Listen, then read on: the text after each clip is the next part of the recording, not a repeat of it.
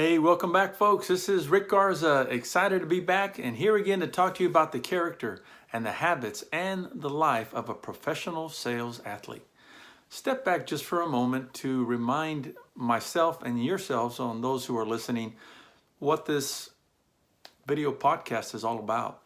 And the fact is that we all have professional athletes, collegiate athletes that we look at and we admire for what they've accomplished and how they've achieved such great results. But we all know that in order for them to have done that, they have put in the discipline, developed the habits, gone the extra mile, hired coaches, went to games, read books, did whatever it took to really not only create themselves physically, but also mentally.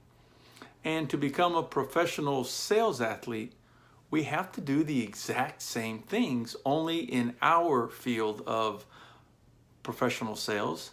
But it still requires the disciplines, the slaves to the good habits, the being able to greet this day with love in our hearts and not give up, and to persist until we succeed, and to act now. All of these things are similar types of disciplines that, if applied to us in our sales careers, can and will make a difference for you and for me.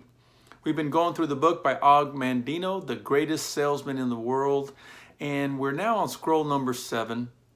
Here again, remember, Og Mandino was at one point a homeless individual and was at the point of even wanting to take his life because he had thought he had hurt too many people, his family, and he thought he had no career ahead of him.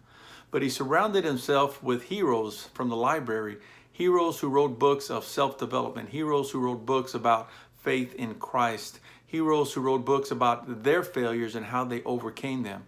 And he soon became the editor of Success Magazine and wrote this phenomenal book called The Greatest Salesman in the World. Scroll number 7 says, I will laugh at the world. And you know, as I read that and I read it again this morning, it's so true that in order to be successful in anything, we need to be able to laugh. You know, laugh is a phenomenal medicine and science, and doctors will tell you that laughter can reduce stress and secrete the kind of hormones that we need in order to fight off diseases. So Og was right when he said, I will laugh at the world.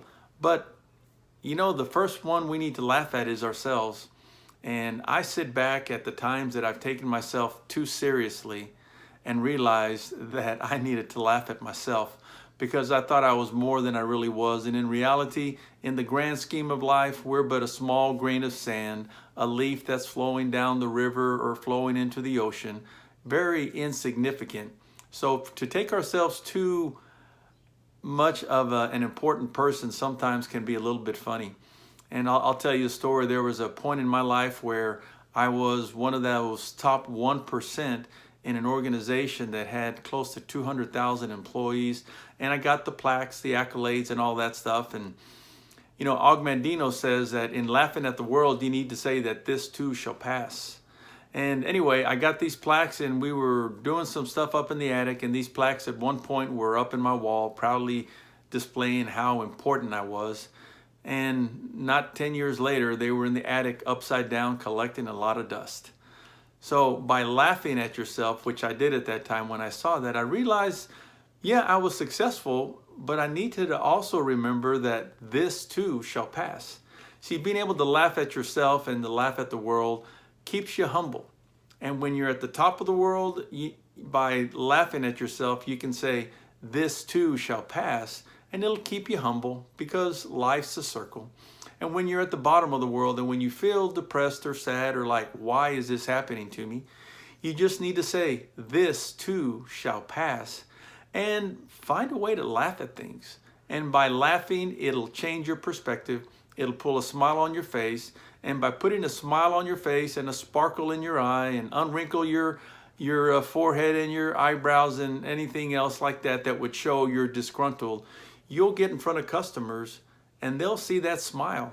And I guarantee you customers will, or potential prospects, will give you the time if you have that smile on your face, if you can say this too shall pass, and if you can laugh at the world and yourself. So I want to challenge you today, crank up some music and have a good time while you're driving down the road to your next appointment. Find some jokes to read. Be able to look at yourself in the mirror and to laugh at how silly we are sometimes. And watch what happens when you get in front of other people. So I'll challenge you today, laugh at the world and say, this too shall pass, because you and I are becoming the greatest salesmen in the world and professional sales athletes. Have a great day. Bye-bye.